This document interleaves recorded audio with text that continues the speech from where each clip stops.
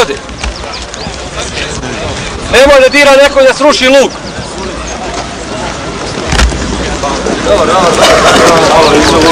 Iza luka. Predstavit ću vam deo specijalnog naoružanja i opreme koje se koristi u specijalnim jedinicama. Zašto kažem deo? Da bi sve ovdje izložili trebalo bi nam mnogo više vremena i mnogo više prostora da to sve prikažem. Pored sredstava koje vi svi koristite u svojim jedinicama, naoružanja i tako dalje, u našim jedinicama koristi se specijalno naoružanje i specijalna oprema za izvršavanje specijalnih zadataka, izviđanja, diverzija, borbe protiv terorističkih grupa i tako dalje. Pa ću odmah da vam u početku pokažem ovdje snajpersku pušku 12,7 mm, popularno nazvana Crna strela. Ona je u našoj jedinici namenjena za podršku izviđačkih i diverzantskih grupa pri izvršavanju zadataka u dubini borbenog rasporeda neprijatelja. Njeno uspešno dejstvo je na daljinama do 1500 metara. Veoma precizno naoružanje proizvedeno u našim fabrikama, odnosno u fabrici Zastava. Koristi metak 12,7 mm, znači velikog kalibra. Puni se okvirom od 5 metaka i, kao što sam već rekao, znači namenjena je za podršku izviđačkih i diverzantskih grupa. U dubini borbenog rasporeda neprijatelja ne možemo da koristimo sve pogodnosti koje imaju jedinice u dodiru sa neprijateljem, a to su artiljerija i tako dalje, oruđa većih kalibara, zato ovo oružje diletantsko akcije. Znači, rekao sam, uspešno dejstvo do 1500 metara. Najuspešnije dejstvo postiže na daljinama do 1000 metara. Veoma precizno oružje, ostalo svi vojnici, pored ličnog naoružanja, automatskih pušaka, snajperskih pušaka, stojanjima, izviđačko-diverzantske jedinice koriste i naoružanje veće brzine dejstva, manje kalibaciju u pozadinu neprijatelja 120 i više kilometara. Automatski pištolj M84 ili, kako je poznatije, Škorpion, namenjen znači za izvršavanje borbenih zadataka na bliskim odstojanjima. Kalibar, velika brzina pojbe, veoma precizan na bliskim odstojanjima, lagan, lako prenosi, lak za rukovanje. Pištolj CZ. Sljedeći.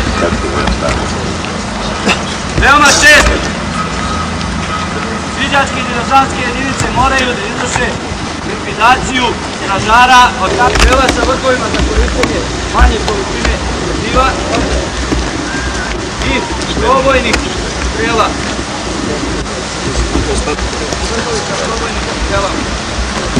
Pored toga, koristio se Ostavi tu, dobro. Kamere ostavite dole, se stojite gdje dole. Treba 5 puta vam govorim. Dežurni skloni se odatak.